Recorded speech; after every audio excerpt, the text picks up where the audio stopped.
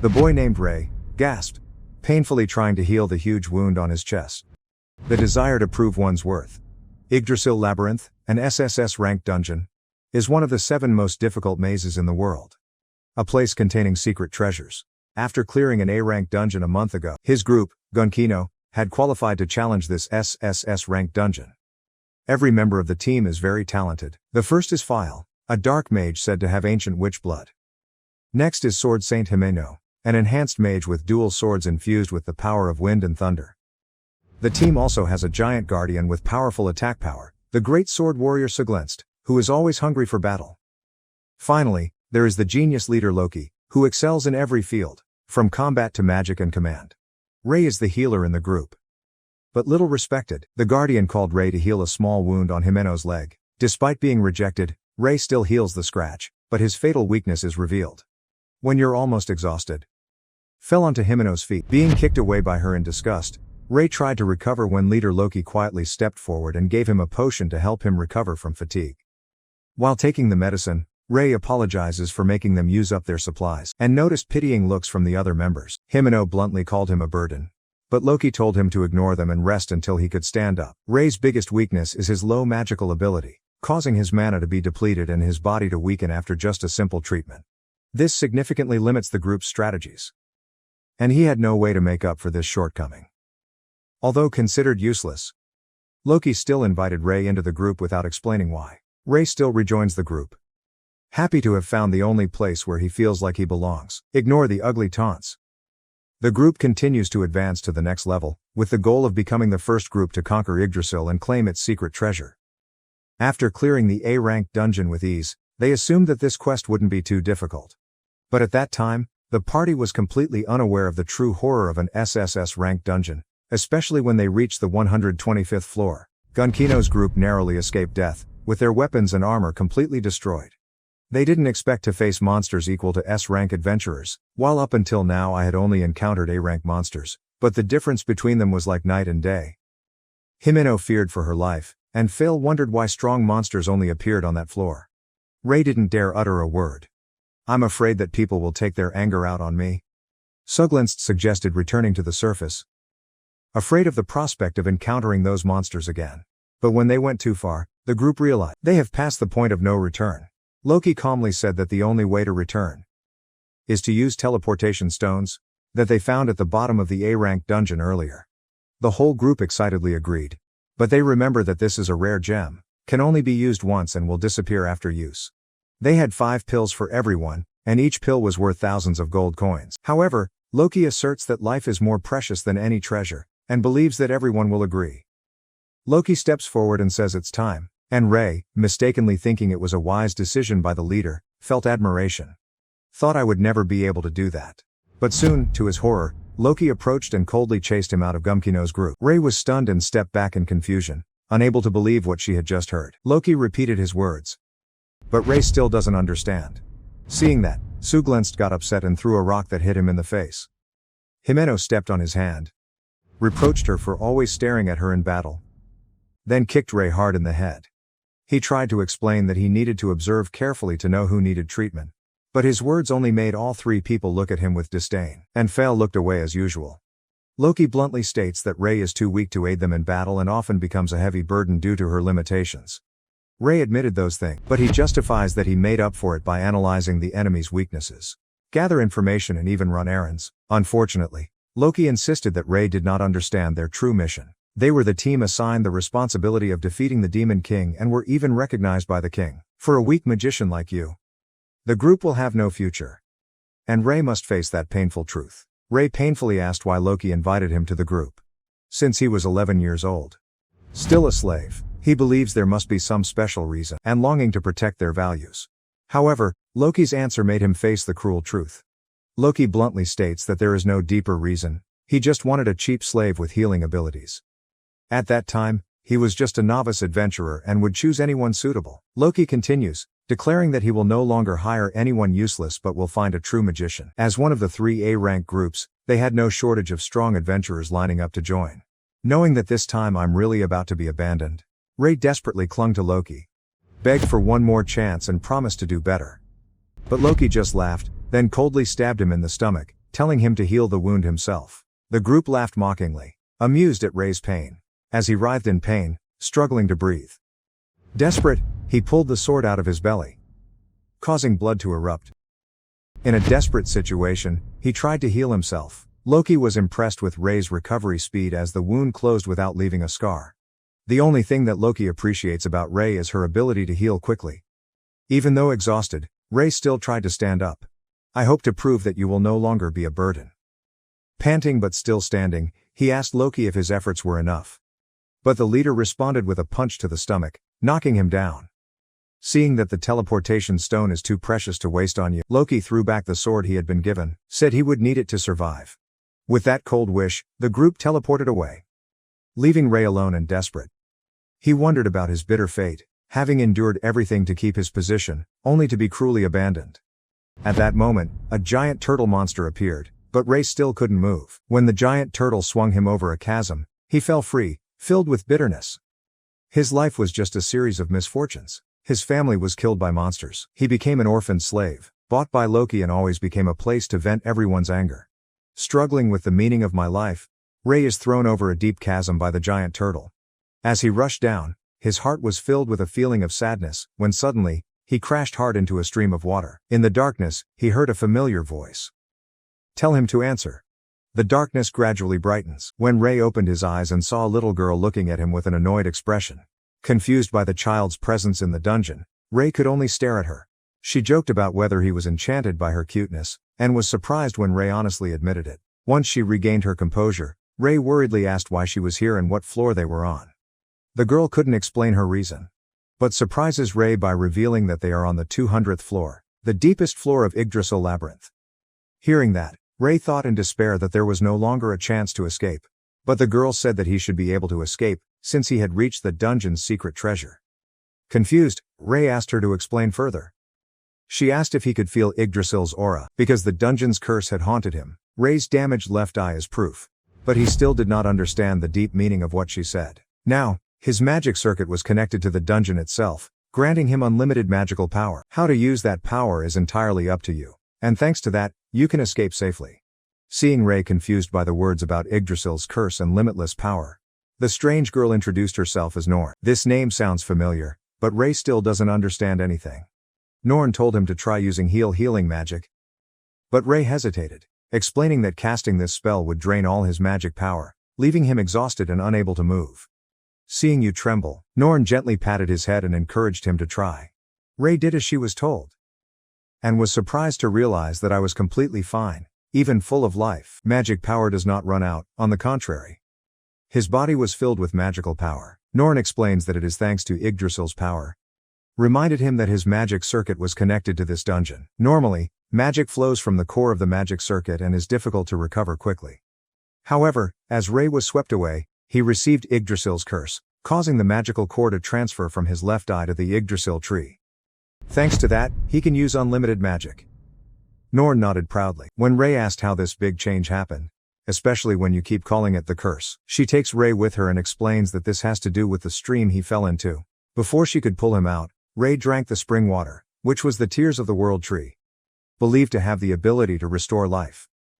She pointed to the tree he was leaning against and explained that this was the world tree, the core that formed this dungeon.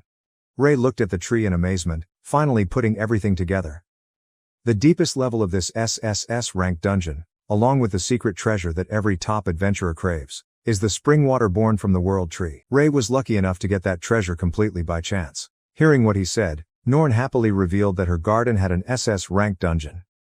Then suddenly remembered that she had never explained why she appeared there. Rei asked if she lived alone, and was surprised to learn that there was no one else in the dungeon. Norn had survived on her own. The girl proudly asserted her strength, but Rei has doubts, since dungeons usually have age limits.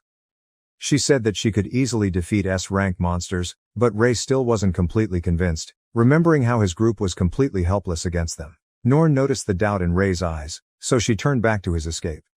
Rei wants to leave, but the floors above are full of monsters, and despite his limitless magical power, he still lacked the fighting skills to face them. Plus, even if he escaped, he didn't know where he would go, because he was abandoned by his group. There's nowhere to return to. Feeling empty, Ray ponders about staying in the dungeon until the end of her life, wondering if that was the happiest life he could have. Finally, having decided, Ray hesitantly and shyly asked Norn if he could live here with her. At first, the question didn't enter Norn's mind right away. But when she realized it, she was surprised and frantically waved her hand, confused because just a few minutes ago he still insisted on leaving the dungeon. Meanwhile, Ray picked up his sword, apologizing for changing his mind, and asked the girl who lives here how she eats and drinks. Accept your apology. Norn explains that thanks to Yggdrasil's magic power, without needing to eat or drink, his body is still provided with nutrients and recovers quickly, making him almost immortal. Seeing you surprised, Norn emphasized that it was only almost, and you can still die if you receive a fatal wound. Whether she stays or leaves, Ray still needs to get stronger, because monsters always appear in the dungeon. He promised to do his best. And Norn told him to follow her, promising to teach him the basics. Determined not to become a burden anymore, he followed Norn closely, starting a new journey. 3 years later, Ray has completely changed. He became a much more confident and stronger person. When faced with a giant snake, he leisurely waited for the right moment, cut off its tail with just one blow.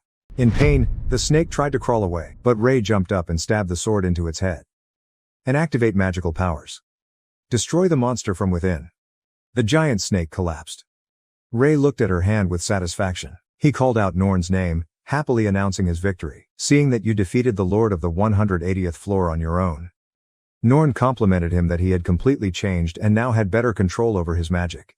Ray just poured magic power directly into the enemy's body, proof of his 3 years of hard training. Ray doesn't want to remember the time when he was weak. Face constant death just because of small monsters. However, it was still an S-rank monster rabbit, and without the regeneration ability from Yggdrasil's power, he would not have survived to train. Thanks to this source of power, Ray can use unlimited healing spells and accumulate endless combat experience. He even recovered his left eye. The results far exceeded Norn's expectations. She thought it would take him 100 years to achieve what he accomplished in 3 years. To the point of calling him a real monster, but Ray humbly said that it was thanks to her guidance. When the two returned, Norn told him not to be too humble. Suddenly, Ray heard another voice scornfully say that he was still weak. Looked around but didn't see anyone. He was surprised that even Norn knew about this. She said he had hallucinated images of himself as a child.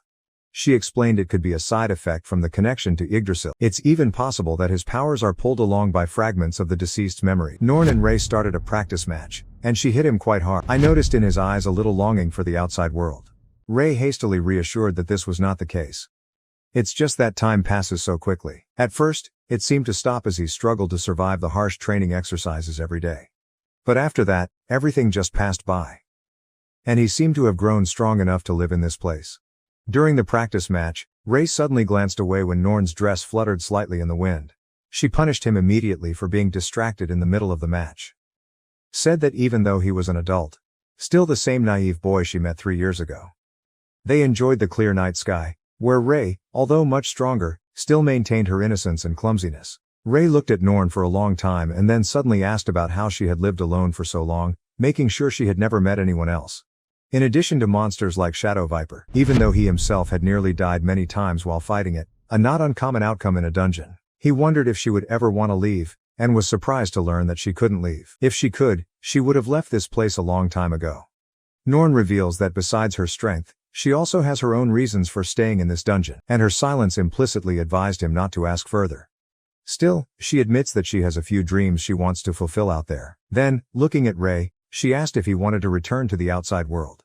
Perhaps to resolve unfinished matters. Thinking about that question, the image of the old adventurer group appeared in his mind. Ray did not want to reunite with them, but instead felt a rising sense of hatred. When the darkness in your heart becomes clear, Norn further asked if there was anyone he wanted to see again outside the dungeon. Hearing that, the image of a woman appeared in his mind, causing him to wake up and stand up, as if he had just realized something important. After reflecting, Ray remembered that he still had work to complete. He told Norn that he would return to the outside world. Because before he was enslaved and joined the adventurer group, he had a friend named Nenemoa. Nenemoa, a girl the same age as Ray, always the one who stood up to protect him and others from the violence of the slave owners. Like a big sister, she always ensures everyone's safety. And when Ray asked if she was okay, Nenemoa always replied that she would protect them and hoped they would also save her when she was in danger. Even though he knew clearly that he was incapable of keeping that promise. Nenemoa was always kind, touching his heart even more. Before, when I was a slave. Or when he became an adventurer, Ray could never fulfill that promise. But now, with my power. He believed that if he met Nenemoa and saw her in danger, he would be capable of protecting her. Years passed. Ray and Norn progressed step by step through the dungeon, facing countless challenges to find a way out. Determined to reunite with Nenemoa, Ray realized she had entered familiar territory. And Norn said they were probably on the 125th floor, even though we're only halfway through.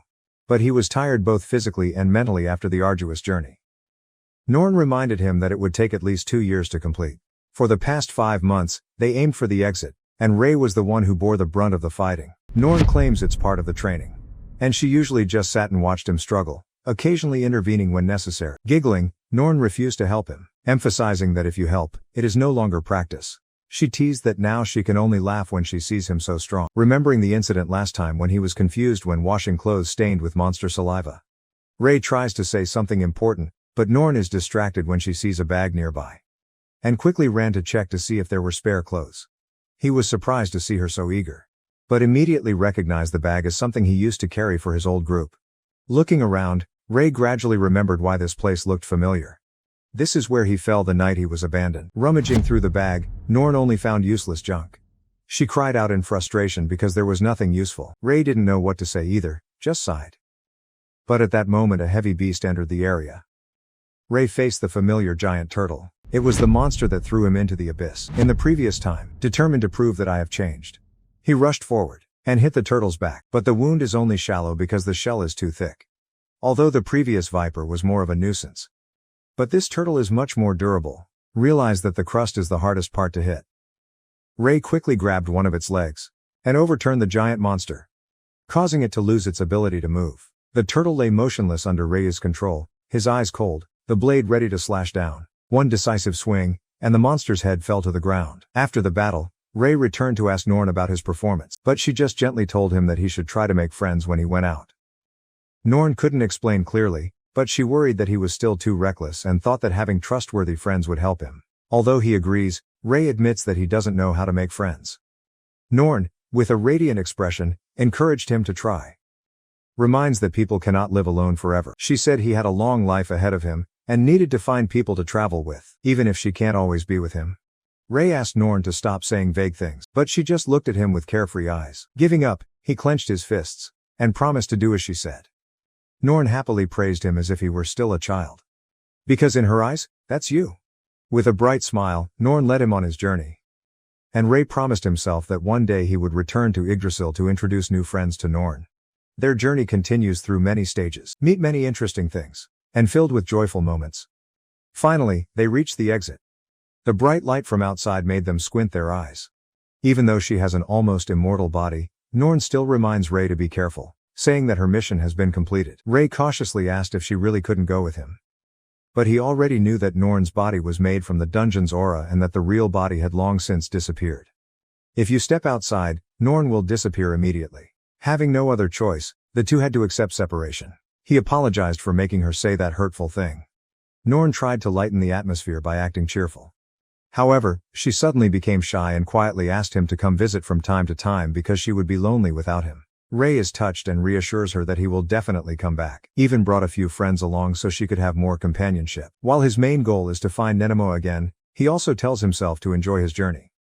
With warm smiles they said goodbye, marking the end of 3 years of his stay in the deepest levels, and 2 years of gradually climbing to the surface, ending 5 long years in the dungeon. Once outside, a feeling of nervousness mixed with excitement filled him. When you see the bright sky and feel the cool breeze. Watching the dungeon exit slowly close, Ray thanked Norn silently and reminded herself of her purpose. Determined to make money to start a new life. He suddenly smelled a familiar scent. He looked around, and realized the smell was coming from somewhere in the woods. The smell of blood and monsters. There, a soldier trembled. Watched in horror as his comrades were cut in half by a monster armed with weapons and intelligence. Turns out, its leader ordered the monsters to eat as many humans as possible. One of the 4 deadly demon generals has ordered an attack on the capital. Destroy all humans. The monster armies under their command are preparing to invade the capital, launching one attack after another. They continuously attack humans, robbing and killing. But never enough. Although they have caused heavy damage, they still do not have enough resources to take down the capital and prove their superior strength against the waiting demon. In the most recent attack, a cargo truck was completely destroyed. The soldiers under attack recognized the enemy as Vegan, a famous B-rank human hunter. The high quality of the goods stolen from the Drake slave company satisfied him. And when he broke open the car door, he discovered a woman tied up, shaking with fear. Even though there were only 3 people in the group, 2 of which were holy knights, Vegan was not surprised because he was so used to these constant attacks. One of the holy knights, after realizing Vegan's terrifying power, hastily ran away to inform the kingdom, leaving the slave behind. Annoyed, Vegan secretly laughed contemptuously, wondering how an elite warrior would turn his back on the enemy. With just one slash, Vegan's axe tore through the paladin's body. He was disappointed because his opponent was weak and bored, and walked towards the bound woman. Asked her if she agreed with his assessment. Let his beast eat the man's body. He looked at the woman with eyes full of interest, deciding to make her his pet. The woman panicked and asked for help, but her fear only made Vegan more excited. He grabbed her face tightly, amused because she is just like many other victims, willing to do anything to stay alive. What he loves most is the moment when his prey is betrayed and sink into despair. He plans to take care of her until her plea to live turns into a wish to die. At that moment, Ray walked in and coldly greeted them both, surprising both Vegan and the woman. With a calm tone, Ray apologized for the scene of destruction, then said that he was lost and wanted to ask the woman how to get to the nearest village. Vegan immediately refused to help and noticed Ray's appearance. His clothes were torn and his body was covered in monster blood. The panicked woman warned Ray not to get too close and told him to run away, letting him know that she was Vegan's target. Thanks to her words, Ray quickly understood the situation. Vegan realized Ray was still suspicious, but he knew he couldn't leave any witnesses. Vegan came up with a cruel idea. He would let Ray run, then cut off his legs from behind, forcing the woman to witness the scene before finishing him off. Imagining her frightened expression made Vegan even more excited. By giving Ray the chance to run, he set the condition that the woman would have to stay. Expect Ray to be torn between preserving life and saving people. Vegan was surprised to see him turn away without hesitation. At that moment, he swung the axe, cut off your leg as planned, causing Ray to fall into the bushes like a doll on a string. The woman screamed in horror at the brutality she witnessed. Her frightened expression made Vegan extremely amused. Vegan approached Ray's body, intending to look at his painful face. But at that moment, he suddenly saw everything turned upside down, and his head fell to the ground, cut off from the neck. It took him a moment to realize what had just happened when he realized that his head had returned to his neck, somehow. Ray stood there, calmly confirming that he didn't feel any pain, because the cut was extremely smooth. Looking back at Ray, the demon was surprised, seeing that Ray's legs were still intact, even though just a few seconds ago he had cut it off. He asked in confusion what had just happened, and Ray calmly replied that his head had been cut off and then restored with a healing spell. Having never heard of such a powerful healing spell, Vegan thought this might be an illusion. Although he did not understand clearly, he realized one thing clearly. The enemy will kill him if he doesn't run away. Instinct urged him to flee. But my feet felt like they were frozen. His master's voice echoed in his head, reminding him that his mission was to eat all humans. Realizing that if he returned, he would be executed by 4 great ghosts, Vegan decided to risk his life and attack Ray. Confident that he is the human hunter, who devastated 3 villages and killed many paladins. However, just as he swung the axe, his arm was suddenly cut off. Under Ray's terrifying gaze, Vegan finally understood the difference in strength between them. Frightened, he ran away. And Ray lets him go, coldly warning him that there will be no second chance. If they meet again, there is only one outcome: death. Vegan had always considered himself a strong man, but now he could only cry in fear when he realized that he had become prey. Meanwhile, Ray approached the woman and she introduced herself as Liana, a slave, thanking him for saving her. Suddenly, Liana checked Ray's leg. It's still hard to believe that they have fully recovered. Feeling grateful for her concern, he reassured her that he had used healing magic. This surprised her, because she had never heard of a healing spell that could instantly regenerate severed limbs. After 5 years of using healing magic that way, Ray didn't realize that his magic might have gone beyond what was normal. Ray asked what she planned to do next. But Liana isn't sure either. Looking at her, Ray seemed to see an image of himself in the past. A person who also experienced the feeling of helplessness and directionlessness.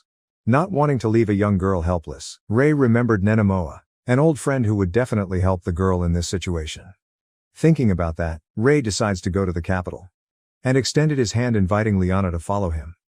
With her current power, Ray wishes to become someone like her friend before, always willing to help others, knowing that this may delay the reunion. Meanwhile, in a dark room, a woman was let in. Facing a devilish woman crawling on the floor, disappointed because the experiment just failed. The evil woman moved on to experiment on the next subject. That person happened to be Nenemoa.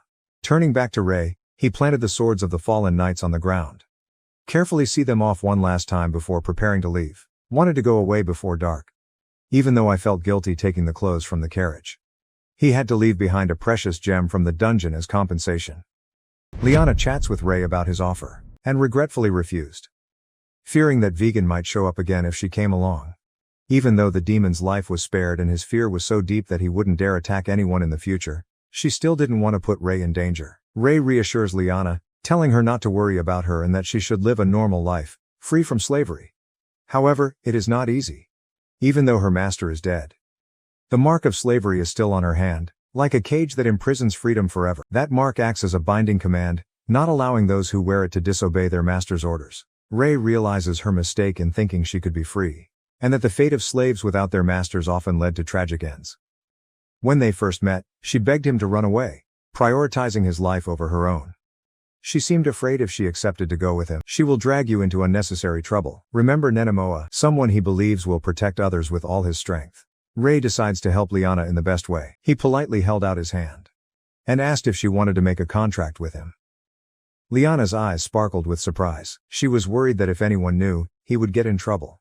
Not bothering with the official procedure, Rei held out his hand, revealing the mark of slavery that he tried to hide with medicine. He said he was also a slave, abandoned and banished. Suddenly, Rei felt danger approaching, quickly swung his sword and cut a dark demon wolf in half.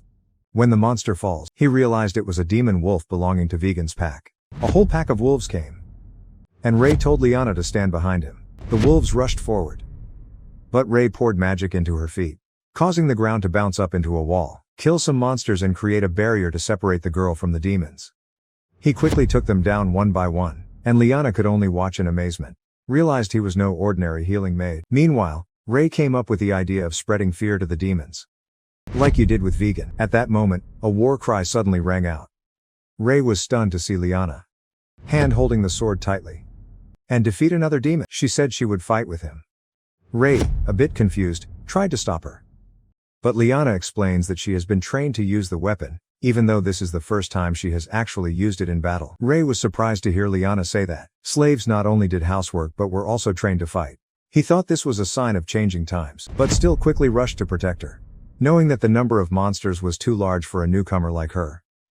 Deciding to end the battle, Rei unleashed all of her power, causing the demons to run away in fear. Once everything was calm, Rei gently let go of Liana's hand, assuring her that it was safe now. She thanked him again for saving her, and her expression showed that she was intentionally fighting recklessly, seeing himself as a burden, wanting to find a reason to accompany Rei. To reassure her, Rei lied that he had lost his memories of the past few years, and asked her to teach me what happened during that time. With the intention of finding Nenemoa, he needed to learn about the outside world while he was still underground. Rei gently asks Liana to share her knowledge. Rei offers Liana protection and financial support as a form of compensation. Seeing her seem hesitant, he emphasized that he simply needed her. Nothing more. Nothing less. Liana hesitated for a moment. But remembering the time Rei saved her life, she agreed to the deal. Both thanked each other, and officially completed the contract. Although now officially Rei's slave, Liana asked him about his first order. But Rei immediately refused. He explained that he did not want to master her, but that the contract only brought two benefits. They will always know each other's location and can share magic. This makes it easier for Rei to protect her. After shaking hands to formalize the relationship, they decided to keep things casual and friendly. After introductions, Rei suggested that they should set up camp and rest for the night. Liana was initially concerned about the dangers of stopping, but Rei reassured her, admitting that he was tired too. He complimented her fighting skills and survival knowledge. When considering the current position, Rei suddenly realized they were south of the capital Ro, in Serval territory. When he was in the team, he and his teammates once entered the dungeon from the north. This means that Yggdrasil is a giant maze, stretching from north to south. While Rei was deep in thought, Liana suddenly commented on his strength, sharing that during training, she had witnessed the training of high-ranking holy knights in the royal capital. She remembered that the holy knights were indeed very strong, but compared to Rei, they were much weaker and could not keep up with his speed. These words surprised Rei, especially when Liana said, "You were truly amazing."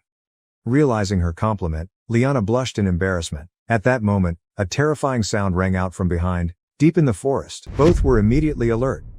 Especially Ray, as he predicted that this might be a stronger monster than the previous one. He told Liana to stand behind him and walk towards the sound. Prepare to face new dangers. Meanwhile, Loki and his group finally reached the A-rank dungeon, Death's Dream Door. The team declared themselves ready for the mission and felt stronger than ever, thanks to the addition of a new healer, Kanata. With confidence, Loki announced the beginning of their conquest. Inside Valon Castle in the royal capital, Loki walked around this place, reminiscing about the last time he came here 5 years ago, when his team was promoted to Class A. This castle is an important place for the royal family, only allowing a few people to enter. Includes those who receive orders from the king and those who receive rewards. Upon entering the throne room, Loki witnessed the king giving orders to the hero to restore the territory from the demons and destroy the Demon King. After sending the hero off on his mission, the king summoned Loki and rewarded him for conquering A-rank dungeons with his team, promoting his team to S-rank. In the room, there were other groups waiting, and Loki felt excited when he realized their jealous eyes were on him. His team was the only team promoted to S-rank. Loki respectfully expressed his gratitude to the king, pledged to be one of his loyal servants. After being allowed to leave, he reflected on the dungeons and missions that he and his team had overcome to reach their current status. It was a long journey, but it was worth it, because not only did they receive a great reward from the Adventurers Guild, they also received a pension from the kingdom. When Loki walked out, a knight recognized him and praised him for becoming an S-class adventurer at the age of 20. This further increased Loki's confidence, because many others are still struggling with A-rank dungeons. Loki seemed to be in a state of euphoria when receiving recognition and praise from everyone.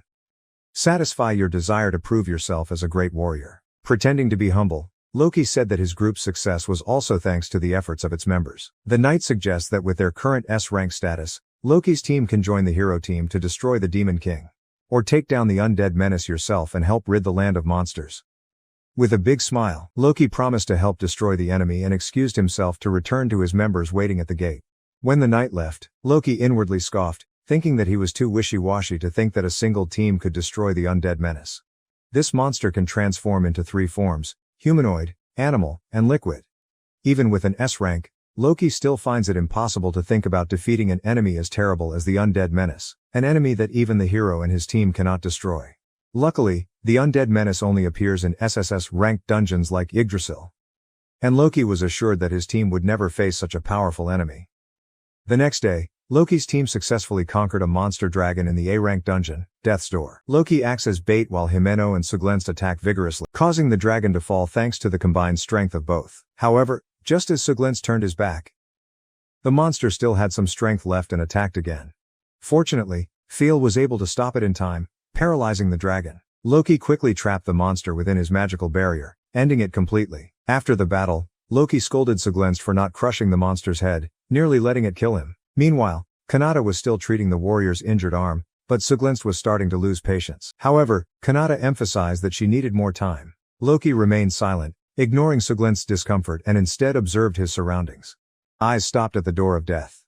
Loki remembered the news that spread 3 years ago, that a group of miners had accidentally unearthed the entrance to this dungeon while searching for treasure, but none of them returned. His team's mission is to investigate the incident and conquer the dungeon. At that time, he noticed Fel nervously looking at a strange plant. Fel, as a dark mage, explained that it was a snowdrop tree, often growing in snow-covered places, but can also bloom in places with strong magical power.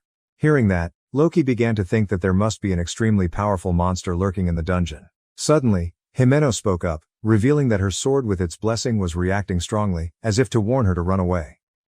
Hearing this, Loki begins to feel threatened as Himeno emphasizes that the sword's blessing enhances her 5 senses, and sense enemies lurking nearby. However, Loki still insisted that the group continue exploring, assuring his teammates that they had enough experience to conquer the various dungeons. He also pointed out that the team's strength had improved thanks to Kanata's healing ability. Kanata humbly denied, saying that her abilities could not compare to the first-class healer Ray. Loki was surprised and wanted to confirm whether it was Ray, his former member, that you are talking about. Kanata nodded, admiring Ray's talent in using power to maintain balance within the group. Suddenly, Siglenst laughed, not believing that Ray could be considered the strongest among healers. He sneered that Ray only had weak magic and couldn't even heal properly.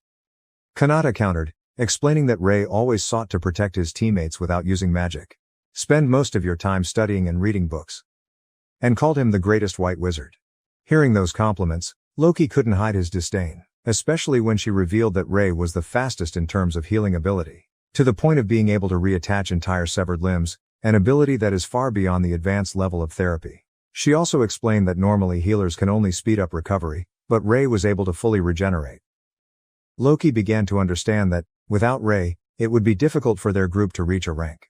And then the group was silent, realizing that Ray is truly an extraordinary character. They also recalled the other healers who had replaced Ray. But no one can match your speed and accuracy, surprising everyone and acknowledging his outstanding talent in healing magic. While the team members are trying to digest this new information, Himeno suddenly warns everyone to take cover. Loki also sensed the presence of a powerful creature approaching. Himeno carefully equipped the weapon, judging that with this power, it was most likely the leader of the dungeon. The whole team was surprised, wondering why a leader-level monster was present on such a low floor. Himeno warns that this could be an S-class monster, leaving Loki stunned, because that meant they would likely face an enemy on par with the monsters in Yggdrasil. Loki tried to stay calm, telling himself that 5 years had passed since they discovered Yggdrasil, and they were now an S-rank group as well. With determination, he reminded the team that they had grown stronger over the years, and now they were fully capable of taking on this monster.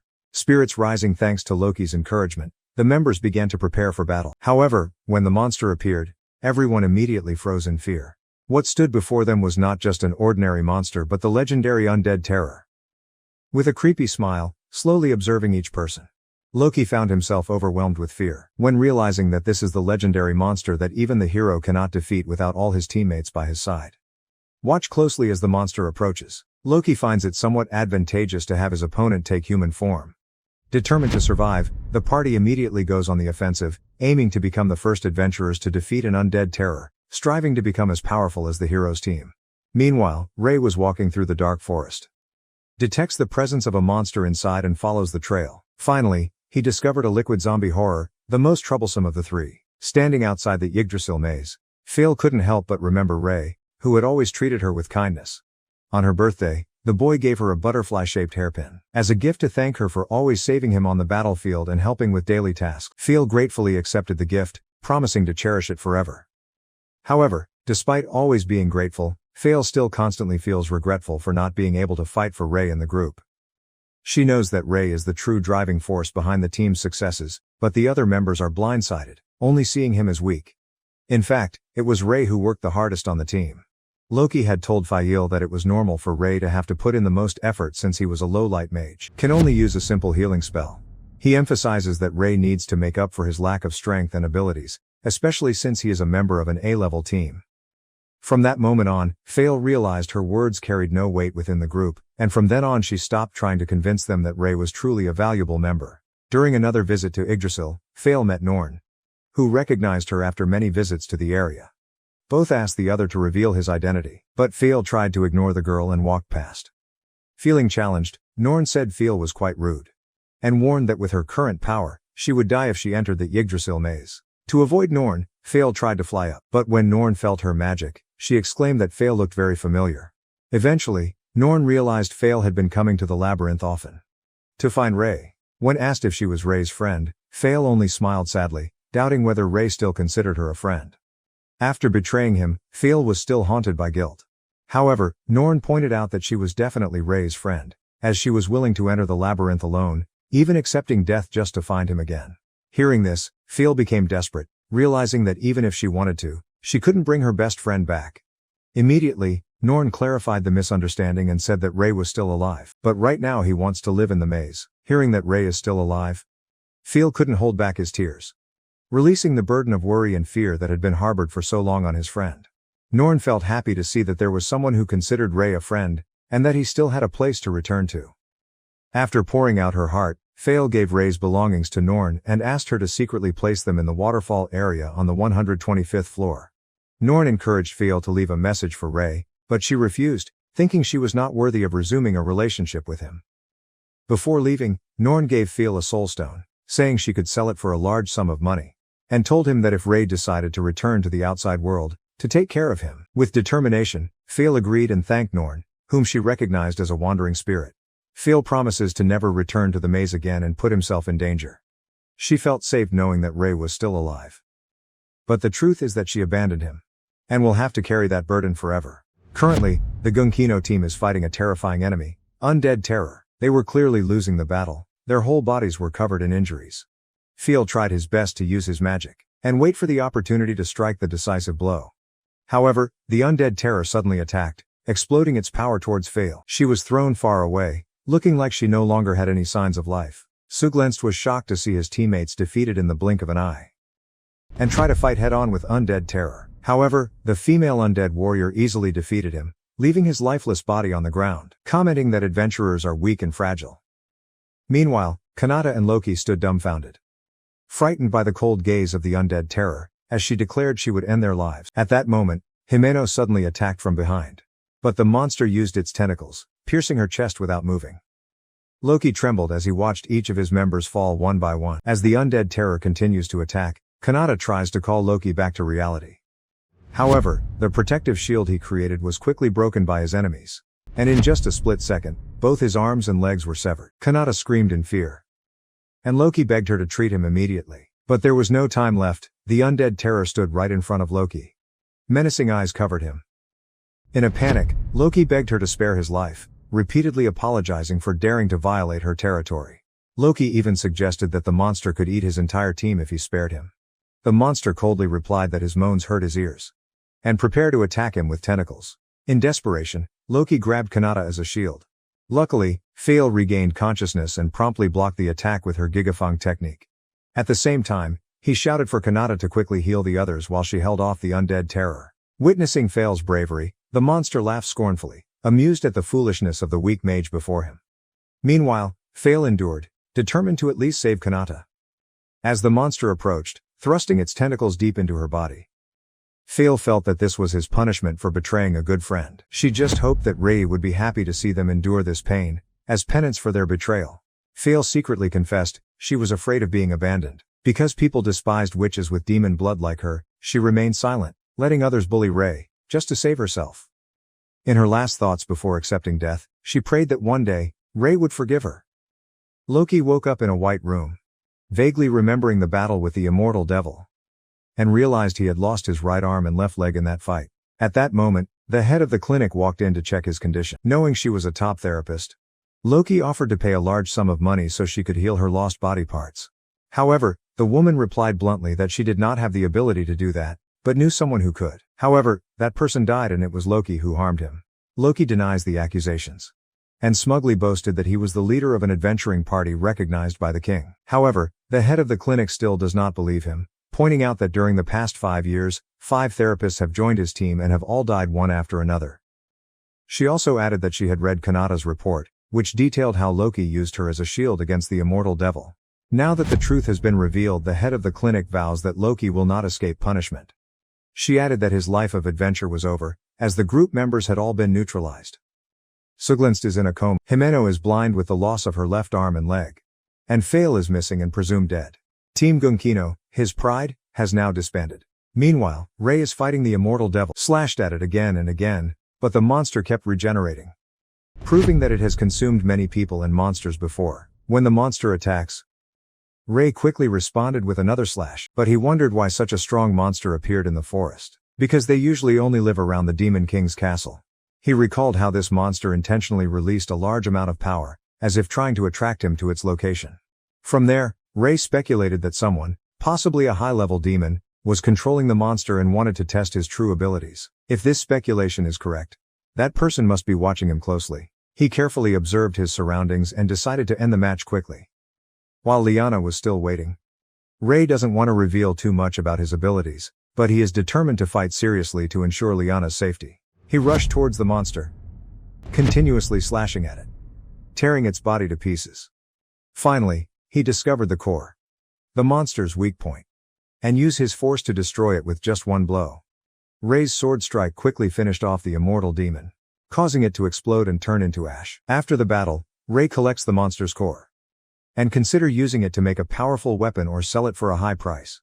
Hiding behind a bush, Liana was stunned and surprised to see Rei defeat the monster with just one precise strike. She was amazed at his skillful dodging from the monster's tentacles and his quickness in recognizing its weakness. Ray tried to downplay what he had just done, but still remembered the times he fought the immortal demons in the middle layer of Yggdrasil, giving him experience to fight them outside the maze. He then turned to tell Liana that they should find a place to rest for the night. As they leave the forest, Ray tries to detect a presence around but fails. He asked Liana if she wanted something sweet to eat when she arrived in the capital. He decided to sell the monster core and took her to a cake shop he knew. At first shy and hesitant, she eventually agreed to go along, making Ray smile, and eagerly waited for a delicious meal with her. When the sun set, they found a place to rest for the night. However, Liana informs him that she has discovered a village. They both checked, and Ray confirmed that this was indeed the entrance to a village. Liana breathed a sigh of relief after hours of tiring walking, but her knees buckled. She assured her she was fine, and Ray helped her up. She was happy to see that the village was protected by a strong fortress, built from rocks containing divine power to protect the villagers. In the past, there were many casualties from monster attacks, leading to the construction of fortified defenses around villages and towns to ensure safety.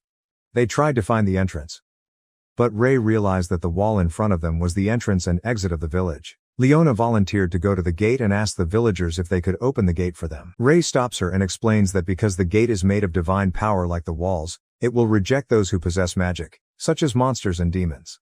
Ray tried touching the gate, and it burned his hand. Shows that even humans with magic will be rejected. Leona apologizes for her limited knowledge of the divine portal and not knowing that humans with magic are also forbidden to enter. Ray reassures her that he's fine and considers finding another place to spend the night. At that moment, the eye of the divine gate activated. Stare at them. Then suddenly open the gate. Ray tells Liana that someone gave them permission to enter the village. As they walked through the gate, an armored man attempted to attack Ray, but suddenly realized they were actually human. He lowered his weapon and immediately apologized, because he thought they were monsters disguised as travelers. He introduced himself as the Holy Knight Atra, holding the rank of Diamond and the guardian of the sacred tree in the village of God's Gate.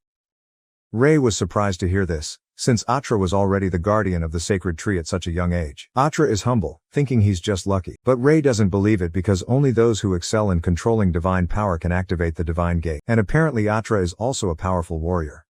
Atra apologized again and wanted to invite them to a meal to make up for their mistakes, but the restaurants in the village were all closed.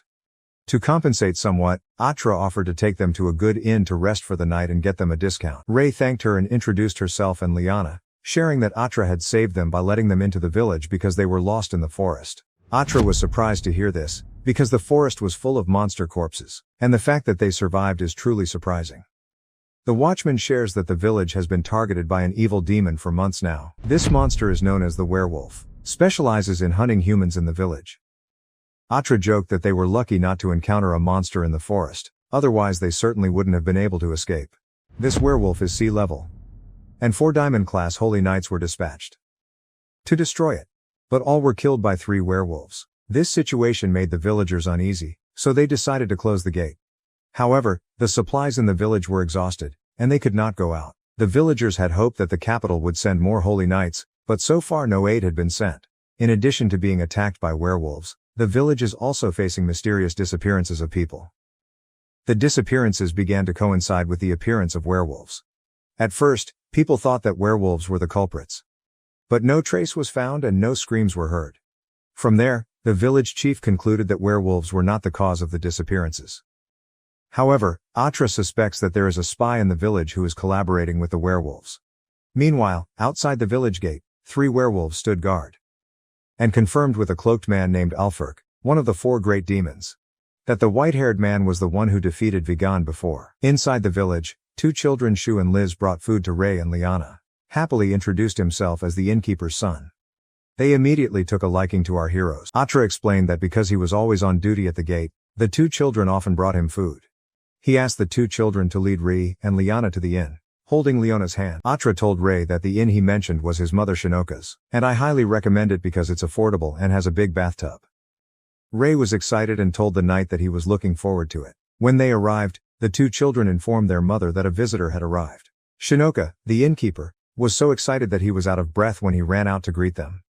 She happily said that there had been no visitors recently because of the werewolves outside the village, and she felt that Ray and Liana were lucky to have arrived without danger, as the men who had left the village before were all killed immediately. Instantly.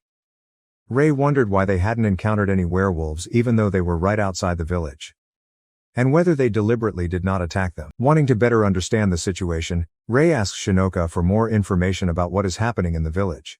Liana reviewed all the information Shinoka provided and reported it back to her master, that werewolves began appearing outside the village of Votan 3 months ago. The first victim was a woman, who never returned.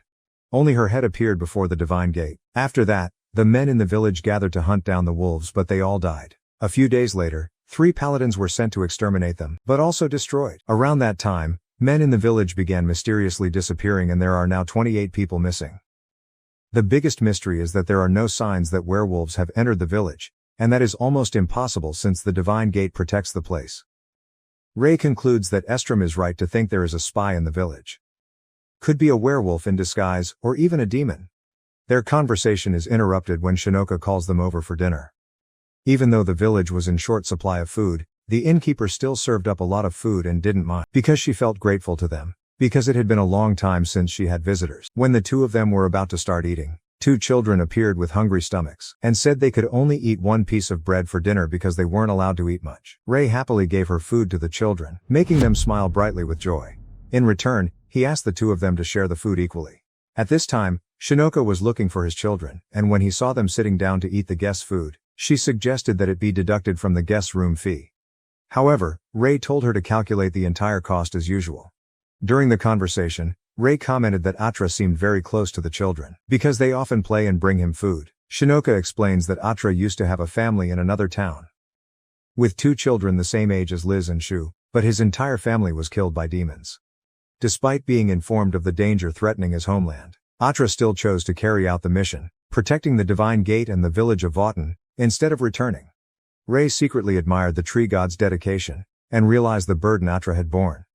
Later, when Ray was about to take a bath, he realized that there was only 1 bed in the room, and suddenly thought about how he wanted to rent a private room for the 2 of them, but Liana refused. At this moment, Liana approached with a sad expression. Ray asked if there was something wrong with the meal, but the girl revealed that she felt guilty for letting him give up his food to the children, when she should have given up her share. Even though Ray advised her that he wanted her to eat so she wouldn't get exhausted, Liana still kept feeling guilty. Ray gently explained that he wasn't usually hungry. And moreover, as a former slave, he understood the feeling of being hungry and thirsty without anyone caring enough to give him enough food. He remembered how Nenemoa once gave her food to him, even though she was also very hungry. Now, he feels like he should also become a kind person like her. Liana commented that her master was truly a kind-hearted person, and she remembered the happy faces of the children that she would never forget. Ray felt worried when she realized that Liana often underestimated herself, always afraid to express your own thoughts, and often praise others but are never confident about themselves. He secretly thought that she must have gone through a lot of hardships in her life. As a former slave, the difficult experiences must have left deep wounds on Liana, as well as on him. Ray secretly hopes she can live a free life, true to her 12-year-old age, not bound by the chains of the past. He gently patted her head, reminding her that even though they had a contract, he was not her master, and she did not need to be afraid anymore. He hopes that one day Liana will find her own path and live for herself. Afterwards, Ray relaxed in the hot water.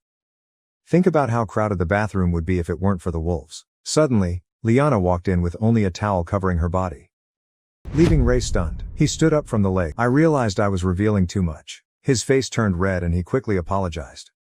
The girl explained that she came here to help him wash himself, but he insisted that she did not need to do that because he was not her master. The girl believed that the man had helped her a lot, so she wanted to return the favor. Liana asked for a wish, please let her bathe him. Ray understands her feelings, because he also feared being useless to others and did everything he could for his teammates before. I agree, causing Leona to smile brightly. The girl was too enthusiastic, wanting to wash him from head to toe, making Ray even more embarrassed. Liana gently scrubbed his back while Ray relaxed. She asked if he was capable of defeating the wolves. Ray thinks that, compared to undead monsters, wolves are easier to deal with, but it's still a challenge to face all 3 at once. He knew that wolves were very agile, even faster than undead monsters, so the hardest part is not letting them escape and calling others to come. What puzzled him was the reason why the wolves were in human territory, when their species lived in the demon world. According to his understanding, large barriers had been erected to surround the demon world, making it almost impossible for them to reach the human world. Liana updates Ray on the situation, revealing that the wolves have reached the human world without getting past the barriers. She explains that there are two types of demons present in human territory: demons born here and demons from dungeons, like wolves. Ray realized that she meant a certain dungeon connecting the demon world and the human world. She said that 3 years ago, a group of SS rank adventurers found the entrance to the demon world, but the government did not reveal which dungeon it was. Ray concluded that perhaps the undead monsters also followed this path. And now there are many dangerous monsters lurking in human territory. He thanked Liana for the useful information. However, Ray suddenly froze when he realized that Liana's breasts had touched his back without his knowledge. The girl didn't pay any attention and just wanted to continue washing his front, making Ray extremely panicked. That evening, Village Chief Oki came to the inn to chat with Ray and Liana. He told about the village's tragic situation. All the village defenders were dead and they were running out of food. He feared that it was only a matter of time before the village perished. He asked the two of them that if they left the village, they would inform a knight in the royal capital about the village's condition. Ray understood and said they were originally planning to go to the royal capital. The village chief thanked him sincerely. He also said that Atra left a message. If Ray wanted to leave, he should do it at night because he couldn't sense the presence of wolves nearby. Furthermore, the people who disappeared all disappeared at night. He thought it would be better if they left before dark. He quickly told Liana about his decision, and she also agreed. When Liz and Shu heard they were leaving, both children were sad. Ray promised to come back to visit the village next time, and so did Liana. Then, he turned to ask the village chief a few things. It was time for them to leave, so the two went to Atra's guard post. The Divine Tree Guardian apologized because the safest time he could think to leave was in the middle of the night, even though it was still dangerous. However, Ray and Liana didn't mind and asked if it was true that there were no wolves nearby. Atra confirmed that he did not feel their presence. He guessed that they had temporarily left for some unknown reason. He asked them to inform the knights upon reaching the capital row, and Ray agreed. The divine gate opens. Allow them to leave. However, no one knew that 3 wolves were watching them from afar. They felt relieved when the two left the village. Now, they can freely hunt people in the village. They don't understand why Vegan was defeated by someone as ordinary as Ray. But because of Leader Alferk's orders forbidding confrontation with Ray, they decided to leave him alone. The wolves also feared the presence of knights patrolling the neighboring towns, and they knew it was only a matter of time before the knights discovered their territory. Especially after they have eaten so many people. The wolves were eager to eat the women and children next. They prepared to rush into the village to hold a party. The women in the village were all trembling with fear. When he saw that the wolves had entered and Atra lay motionless under their hands. A wolf jumped to attack a mother who was running away with her small child. But Shinoka promptly rushed in and used a knife to attack the beast. However, the wolf easily grabbed her and pushed him to the ground. Instead of eating her right away, the beast wanted to hear her scream. So he threatened to eat her children first. Shinoka was terrified and told her children to run away, while the wolf prepared to open its mouth to swallow her. But at that moment, a blade was deeply embedded in the beast's chin. Penetrates to the top of the nose. It turns out Ray has returned to confront the monsters. The wolf bled from the wound, feeling slighted. It rushed at him with pent-up fury and strength. But Ray was nimble and easily dodged. And before the wolf knew it, its left arm had been severed. Before the wolf could react, Ray threw a powerful kick, causing it to fly across the room. Ray walked towards the wolf's position, only to find that it had escaped through the window. I ran for my life, unable to understand why the young man was so strong. Knowing that if we continue fighting, we will surely die. It decided to report back to the captain, but after running a short distance, it stopped when it saw its captain collapsed with his left arm cut off. From the darkness, Ray stepped out. In his hand was the third wolf who had been beaten to a pulp. No more limbs. Ray told the last wolf that he would cut off its legs so it couldn't escape. He tied all 3 wolves in chains. Suddenly, a childhood image of Ray appeared before him, questioning why he didn't kill the wolves, when he knew clearly who the spy in the village was. The child warns that this careless action will likely bring regrets in the future. Before Ray could respond, the image has disappeared. The village chief asked Ray, "How did you know the wolves were planning to attack the village?" Ray points him to the gatekeeper Atra, who is pretending to be dead. Atra stood up, confirming Ray's suspicion that he was the spy all along. The villagers were talking loudly. Can't believe this truth. The most miserable of them all was Shinoka. The village chief spoke up, announcing that Ray had warned him beforehand that the keeper of their sacred tree was cooperating with the wolves and would let them enter the village through the main gate. Even though he didn't want to believe it, the village chief silently observed and witnessed Atra open the gate to let the wolves in. Atra angrily asked Ray how he found out he was a spy. Ray replied that he had a very keen sense of smell and had smelled wolf from him from the beginning. Ray asks why Atra betrayed the villagers to work with the wolves. Atra replied that he did it to survive, but Ray realized through his eyes that this was all a lie. Atra continued to argue that he had sacrificed the villagers' lives in exchange for his own.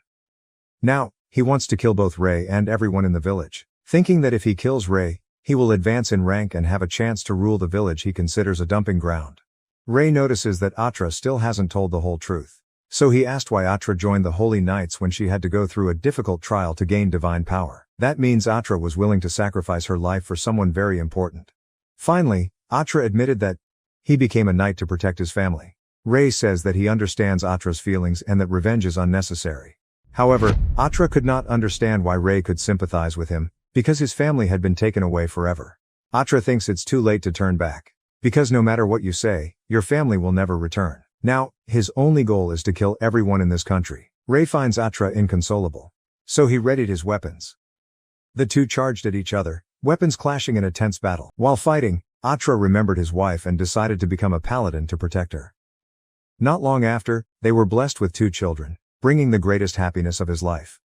Atra has vowed to protect her family's smiles at all costs. One day, the knight leader ordered Atra to become the keeper of the divine tree. He did not like this title because it meant being sent to the village of Votan. Even though she was a holy knight, Atra was sent far away, unable to protect her family or see her children grow up. After serving 10 years, Atra realized that there was a possibility that he would be transferred elsewhere, and began to doubt the purpose of the power he had achieved. Then one fateful day, he received news that the village where his family lived was attacked by monsters. A squad of 12 paladins was sent, but all but the captain were rookies. Sadly, his family did not survive. He couldn't believe it, but eventually had to accept the bitter truth. Even more devastating was the truth when he learned that his family's village had been used as an internment camp for new recruits. He discovered the truth from the 2 surviving knights. Those who accidentally told him without knowing that he was a resident of the village who was sacrificed. They calmly brag about their intelligence when they run away to save their lives, even stupidly asking Atra if he agreed with them. Rage rose in his heart. He risked his life countless times to become strong enough, just to protect his family. Listening to these words, his heart broke. On the day of joining the punishment team, Atra let the 2 knights die and personally killed the 2 survivors who had betrayed their village. When the wolves asked why he betrayed his comrades, he only painfully replied that they were his enemies. At that moment, the leader of the wolves appeared, connecting him with Alfurk, one of the 4 deadly demons. Because of the same goal, Alfurk asked Atra to cooperate to together destroy the world full of corruption. So they allied together, starting by targeting the village. Thanks to his control of the gate, he let the wolves into the village, killing villagers in the hope that their numbers will eventually dwindle, and that was also how he freed himself from the cursed role of keeper of the magical tree. However, feelings of guilt and regret gradually accumulated in Atra's heart, but he couldn't stop, because Alfurk's words kept echoing in my head. Losing her purpose in life, Atra constantly thinks about the final ending, and wondered what he would have left when all the villagers were dead. In despair, he cried, begging someone to explain to him the reason for his existence, knowing that finding it won't bring his family back. The fight between him and Ray continued to intensify. Liana tried to stop the children from going out, but they refused to listen, and finally caught sight of 2 people fighting fiercely in the middle of the village. Ray dodged and counterattacked perfectly, but Atra was able to catch his leg to counterattack. After exchanging powerful blows, both were surprised by their opponent's strength. With my hands shaking after the impact, Atra stared at Ray, unable to believe the young man's magical power and high martial arts skills. In his heart, he began to hope that this young man would be able to help him escape this desperate situation. Despite being a diamond-level knight, Atra's strength is comparable to that of A-rank warriors thanks to her strong divine power. Stems from deep feelings for the lost family. Ray was wondering when his thoughts were interrupted by his opponent. Atra provoked him, asked to end his life to end the hysteria. With a look of determination, Atra raised her spear high, uttered a spell that caused it to burn fiercely, emitting a stream of hot energy. He rushed forward, threatening the safety of the villagers, forcing Ray to fight seriously. The 2 rushed at each other, creating waves of energy that stirred the entire village and destroyed neighboring buildings. When the dust cleared, Atra was surprised to see that Ray was unharmed. Even though he received his strongest attack, the magician placed his hand on Atra, emitting a powerful stream of concentrated magic, knocking him away. Atra stood up, shocked, and asked why the boy wasted the perfect opportunity to finish him off. Ray just looked at him with steady eyes, Contemplate the strength and determination of the knight. He asked why Atra needed to ally with the werewolves. Repeat the cry for death. As if Atra was still lost in the midst of despair. Determined to reach his heart, Ray tries to stop the fight, reasoning that if it continues, Atra's precious memories will be reduced to ashes. He reminded Atra of the faces of his loved ones, but this only deepened Atra's pain. And he was ready to strike again. At that moment, Liana suddenly screamed as she fell down, and all eyes turned to Shu and Liz, 2 children being held hostage by a wolf. Refused to end things there. The monster orders Atra to stop Ray. Looking closely, they noticed that the wolf had regenerated severed limbs. Now it looks completely extraordinary. The wolf quickly rushed away with the 2 children, wanting to escape the village. Ray realized they had gone too far from the divine gate and understood that the wolf was about to escape. He called out Atra's name, asking if he had really lost everything that was so important that there was nothing left worth protecting. He reiterates Atra's kindness towards Shu and Liz. When thinking about the children, images of her children's smiles flashed in Atra's mind.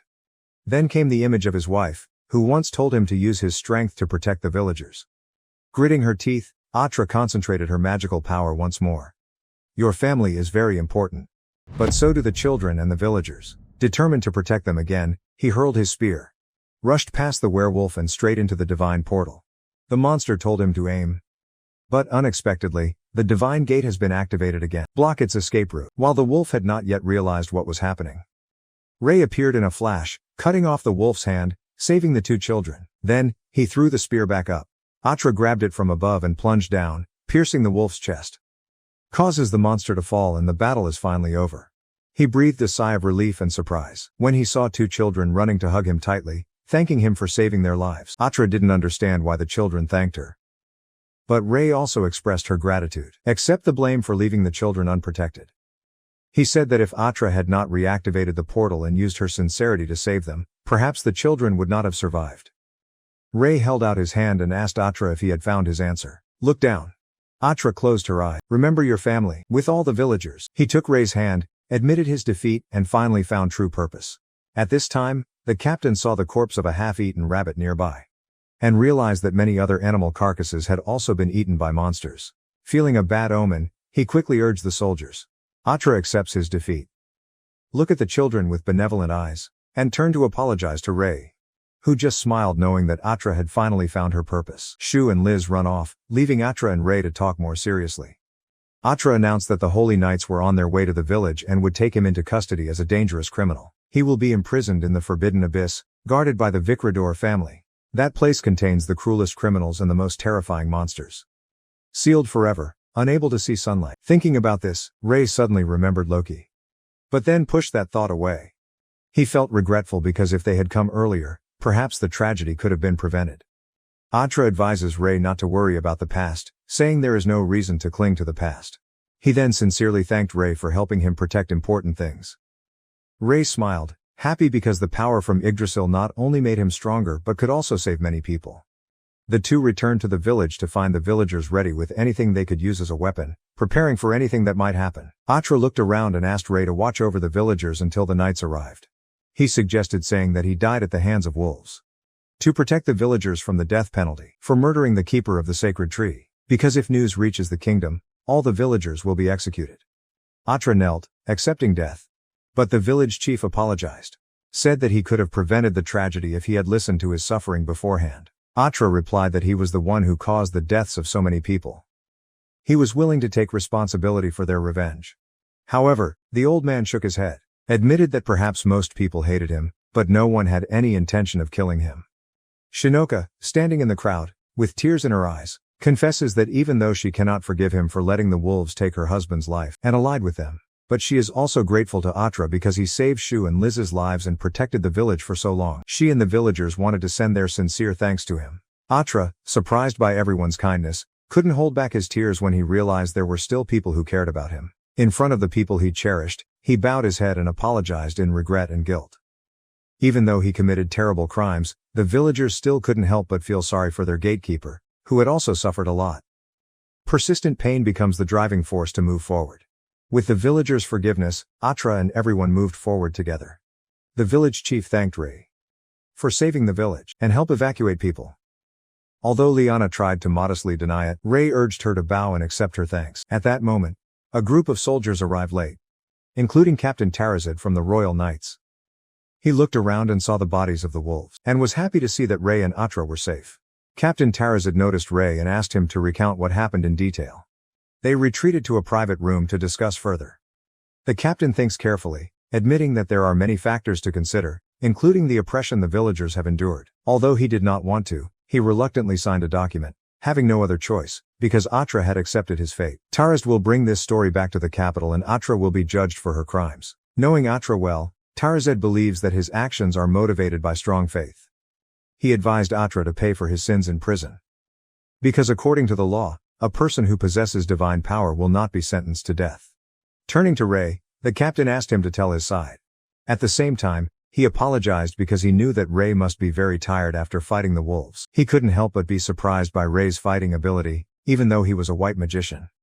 Tarazed was even more surprised to learn that he used to belong to the Gunkino group. I didn't expect to be able to recognize him. Captain Tarazed introduced himself. I'm a ruby ranked knight, often works with adventurers and takes note of high-ranking teams. Ray is surprised to be recognized even though he disappeared 5 years ago.